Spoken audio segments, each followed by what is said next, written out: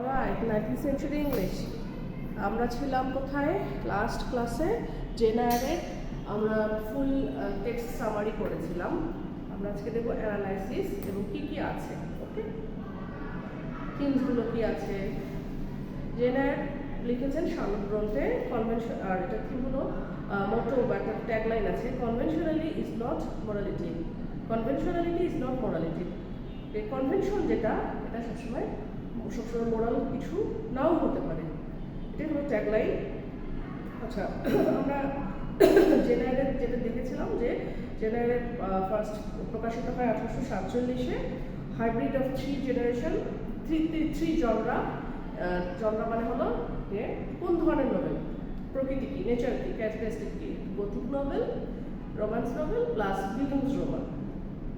তো গথিক রোমানের যেটা হলো যে গথিকের বৈশিষ্ট্য হলো utilises the mysterious horrific Bertha Mason. রচেস্টারের যে আগের যে বউ, যাকে সে বাধ্য হয়েছিল, এক প্রকার বাধ্য হয়ে বিয়ে করেছে রচেস্টারের অবস্থার উন্নতির জন্য। তার বাবা তাকে এক বড় ঘরের মেয়ের সাথে বিয়ে দিয়েছে, যে আসলে পাগল ছিল, সে কোনোভাবে তাদের দাম্পত্য সম্পর্ক হয়নি। আর সেই সাথে গথিক নোবেলের বৈশিষ্ট্য হবে হলো রোম্যান্টিক, এক ধরনের বাইরনিক টাইপের হিরো হবে। লর্ড বাইরন ছিল একটু লিবার্টাইন বা কামক প্রকৃতির লোক। তার বাইরনিক হিরো একটু ডাকাবোকা টাইপের, কিছু কেয়ার করে না, এরকম উড়োধুলো টাইপের। আর জেনারেল একটা ঝগড়া হলো রোমান্স নোবেল। এটা রোমান্স নোবেল কি জিনিস? এটা এমফাসাইজ করে, emphasizes love and represents the notion of lovers destine for each other. যে ভালোবাসাটাকে এমফাসাইজ করে এবং লাভার যা যে একজন আরেকজনের প্রতি ডেস্টাইন, এই জিনিসটা ক্লিয়ার করছে। আর রোমান্স নোবেল হলো শুধু প্রেম ভালোবাসাই না, এটা এক ধরনের ভাবাদর্শ, এক ধরনের মতবাদ, যেটা আমরা এখানেও দেখতে পারি। আর বিলিংস রোমান হলো আরেকটা জনরা এটা এই নোবেলের।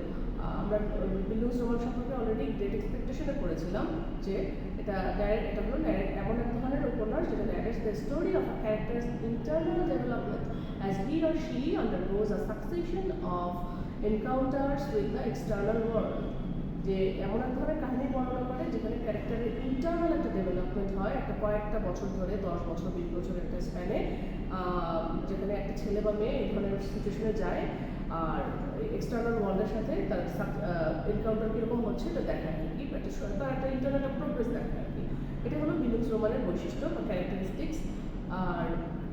আর এই নোবেলের একটা মেইন কোয়ালিটি বা জেনারেল একটা হলো মেইন হলো দ্য কোয়ালিটি হলো the voice of a women who speaks with frankness about herself. যে একজন মহিলার, একজন নারীর ভয়েস, কণ্ঠস্বর আর কথাবার্তা, যে ফ্র্যাঙ্কলি সে কথা বলতে পারছে তার নিজের ব্যাপারে আর কি। জেনারেল কিন্তু একজন স্বাধীন চেতা মেয়ে, সে কীভাবে তার জীবনটা মানে পুরো জীবন বয়ে নিয়ে গিয়েছে সেটা আমরা দেখেছি। সে একজন এতিম মানুষ, সে কীভাবে করে বড় হয়েছে, ছোটো থেকে কীভাবে স্ট্রাগল করে বড় হয়েছে, স্বাধীনভাবে নিজের ডিসিশন নিয়েছে, সেটাই আমরা পুরো উপন্যাস জুড়ে দেখি। Jane is the narrator of the story and is seen from a woman's point of view. তাকে কিন্তু একজন নারীর পয়েন্ট অফ ভিউ থেকে দেখানো হয়েছে। আর যে ফার্স্ট পার্সন যে ন্যারেটিভ টোন, এই টোনটা কীরকম? More convincing as it has an autobiographical tone. জেনের মাধ্যমে লেখিকা তার অটোবায়োগ্রাফিক্যাল জিনিসগুলো তুলে এনেছেন, তার জীবনে কী হয়েছে না হয়েছে, আর খুবই ইমোশনালি ইনভলভিং ইমোশনাল জিনিসগুলো দেখিয়েছেন লেখিকা। Readers have to draw conclusions only on the limited basis of the narrator's point of view. আসলে এখান থেকে মানে ন্যারেটরের পয়েন্ট অফ ভিউ থেকেই রিডাররা সব কনক্লুশনে আসতে হয়েছে। ক্যারেক্টারগুলো সম্পর্কে তো আমরা জেনেছি। আর একটা কম্পেয়ার করি বার্থা ভার্সেস জেন। বার্থা তো ছিল রচেস্টারের ওয়াইফ, বাট সে সেখানে ওয়াইফ ছিল না, তাদের দাম্পত্য সম্পর্ক ছিল না। বাট জেন ছিল আসল ওয়াইফ আর কি। বার্থার একটা ক্যারেক্টার একটু দেখেন, মানে দুজনকে দুরকম করে করেছে। যে বার্থা হলো লম্বা ছিল, টল, লার্জ, রিচ, বড় ছিল, অ্যাট্রাক্টিভ ছিল, সেন্সুয়ালও ছিল, অথচ তারপরেও রচেস্টারের সাথে তার কিছুই তেমন কিছু হয়নি।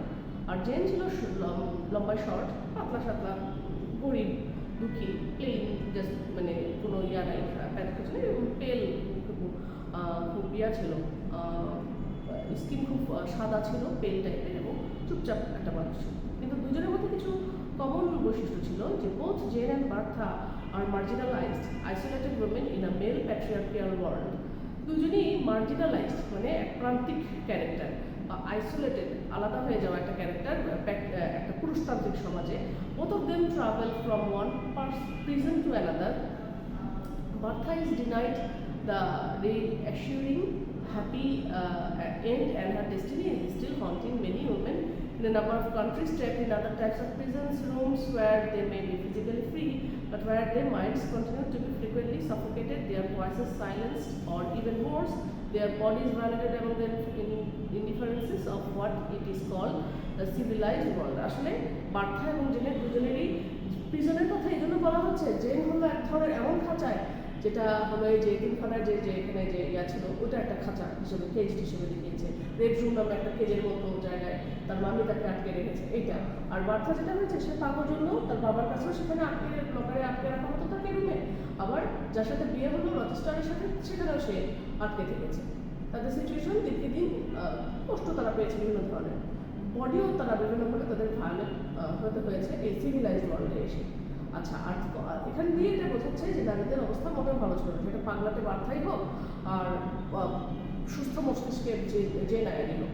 আচ্ছা, যে নারীর থিমসগুলো হলো যে লাভ ভার্সেস অটোনমি, ভালোবাসা বনাম অটোনমি, স্বায়ত্তশাসন, সোশ্যাল ক্লাস, এটা অবশ্যই, আর জেন্ডার রিলেশনস। তো লাভ ভার্সেস অটোনমি বলতে গেলে যে নারী is very much the story of a quest to be love. Her fear of losing her autonomy motivates her refusal of Rochester's marriage proposal. তো সে একটা ভালোবাসা, সে নিজেকে মানুষ ভালোবাসা, এরকম একটা ভালোবাসার জন্য সে পুরোটা উপন্যাসে সে খুঁজে মরেছে, হাহাকার আছে তার মধ্যে। যে আর জেনের অটোনমি বা নিজের যে মানে ক্ষমতা, সেটা সে হারিয়ে ফেলবে, যার জন্য সে ম্যারেজ প্রপোজালকে একসময় সে রিফিউজও করেছে। জেন বিলিভ করে যে রচেস্টারকে বিয়ে করলে মানে যেখানে লিগালি সে তখনও মাথার সাথে বিবাহিত আছে, তখন means sacrificing her own integrity for the sake of love, যে ভালোবাসার জন্য তার ইন্টিগ্রিটিকে বিসর্জন দিতে হবে, এই ভয়ে সে আর বিয়ে করে। On the other hand, when she escapes from Thornfield Hall and she enjoys economic independence, teaching the poor, she lacks love. সেখানে আচ্ছা, এটা গেল একটা। আর যখন সে থর্নফিল্ড হল থেকে ইয়ে করে পালিয়ে এসে সে একটা ইকোনমিক ইন্ডিপেন্ডেন্স পেলো, একটা স্কুলে গরিব দুঃখী মেয়েদেরকে পড়াচ্ছিল, তখন সে মানে ইকোনমিক্যালি গিয়ে সে ইন্ডিপেন্ডেন্ট থাকলেও সে ভালোবাসাটা ল্যাক করেছে। সো এই যে তার মধ্যকার যে নারী সত্তা, সেটা তাকে লাভের থেকে তাকে মনে হয়েছে ইন্ডিপেন্ডেন্ট থাকাটাই তার কাছে better. Her experience away from Thornfield Hall is necessary to test Jane's autonomy. যে এই যে থর্নফিল্ড হল থেকে বের হয়ে এসে তার অটোনমিটাকে এটা টেস্টেড হয়েছে। আচ্ছা, সোশ্যাল ক্লাসের ব্যাপারটা এখানে এই থিমটা কীভাবে এসেছে? Jane Eyre is critical of Victorian England's strict social hierarchy. Victorian ইংল্যান্ডে সোশ্যাল হায়ারার্কির যে স্ট্রিক্ট কন্ডিশন ছিল, সেটার ব্যাপারে ক্রিটিক্যাল বা স্যাটার করেছে। The complicated social position of গভর্নেন্সদের একটা সোশ্যাল পজিশন ছিল, এটা খুবই কমপ্লিকেটেড ছিল। তো সে তো গভর্নেন্সও ছিল একজন অ্যাডভান্সের। Jane is a figure of ambiguous social standing. তার সোশ্যাল স্ট্যান্ডিংটা একটু দুটা ডবল মিনিং হতে পারে। Jane's manners and education are those of an aristocrat because Victorian governesses were expected to possess the culture of the aristocracy. জেনের যে manner ছিল, education ছিল, এগুলো অ্যারিস্টোক্রেটিক স্টাইলে ছিল। Yet as paid employees they were more or less treated as servants. আচ্ছা, আসলে এখানে একটা ব্যাপারটা হয়েছে কি, যেহেতু গভর্নর হিসেবে ভালো একটা ভদ্র বা অ্যারিস্টোক্রেটিক ইয়েটা মেন করেছে, পজিশন ধরে রেখেছে, বাট তারপরও এই পেইড এমপ্লয়িজ হিসেবে গভর্নরদেরকে আসলে সার্ভেন্ট হিসেবে ট্রিট করা। Thus Jane remains the penniless and powerless while at Thornfield. এত ভালো অ্যারিস্টোক্রেটিক একটা পজিশন নিয়েও সে থর্নফিল্ডে পেনিলেস এবং পাওয়ারলেস হিসেবেই থেকেছে। আচ্ছা, সোশ্যাল ক্লাসের থিম আরও বলতে গেলে যে Jane perfectly understands this double standard, appearance versus social class and reality versus her individual, appearance or social class versus reality, her individuality. When she becomes aware of her feelings for Rochester, she is his intellectual but not his social equal. সে তার বুদ্ধিবৃত্তিক দিক থেকে রচেস্টারের সমকক্ষ, but social দিক দিয়ে তো Jane গরিব। So Jane herself speaks out against class prejudice, যে ধনী গরিবের এই ভেদাভেদের ব্যাপারে সে তার কণ্ঠ চড়িয়েছে।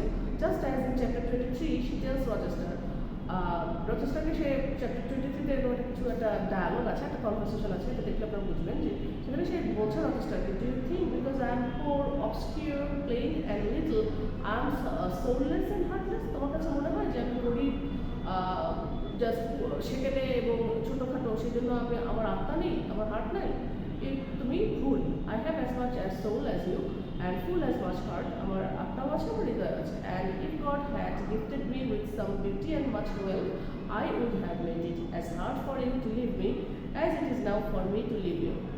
যে বলছে যে তুমি ধনী বলে তোমাকে তুমি আমাকে এখন মানে হয়তো করুণা করতে পারতেছো, বাট আমার এরকম স্ট্যাটাস থাকলে তুমি আমাকে এরকম ছুঁড়ে ফেলে দিতে পারতে না।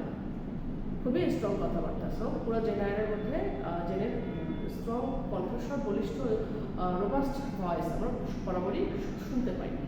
আচ্ছা, আর আছে জেনারে জেন্ডার রিলেশনের একটা থিম, সেটা হলো Jane struggles continually to achieve equality and to overcome oppression. সে সমান সমান হতে চায়, পুরুষের সমকক্ষ, অর্থনৈতিকভাবে ডেভেলপড, ইকোনমিক্যালি ডেভেলপড, এবং অপারেশনটাকে ওভারকাম করতে চায়।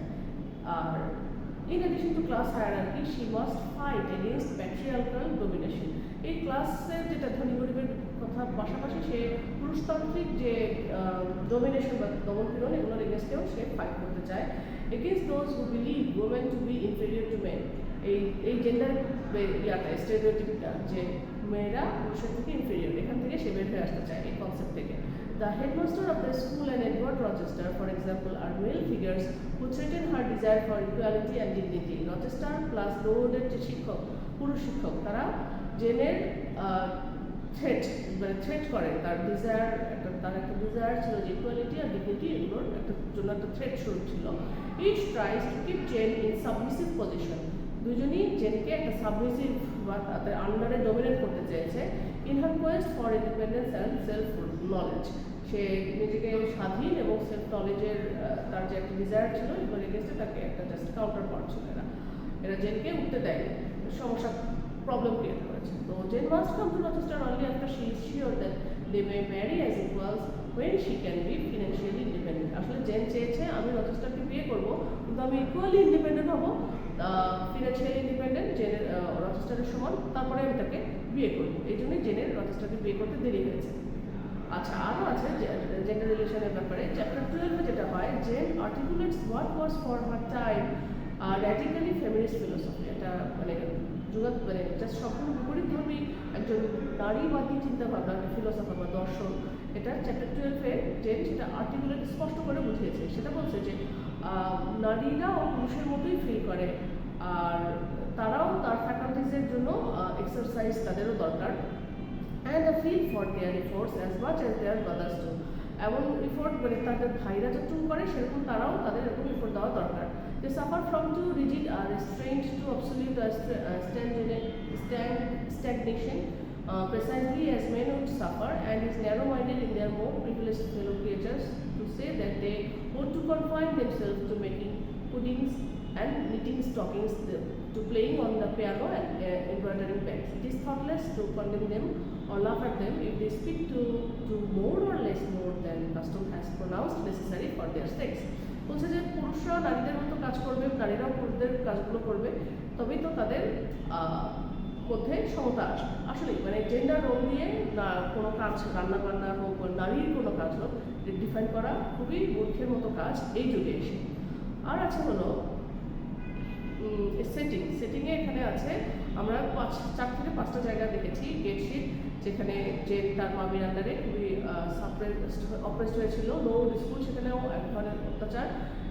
তারপরে আসে থর্নফিল্ড, যেখানে মিস্টার রচেস্টারের আন্ডারে ছিল। মুর হাউস, রিভার্স হাউস, যেখানে টেম্পোরারি ব্যানিশমেন্ট নির্বাসনে যায় যেখানে।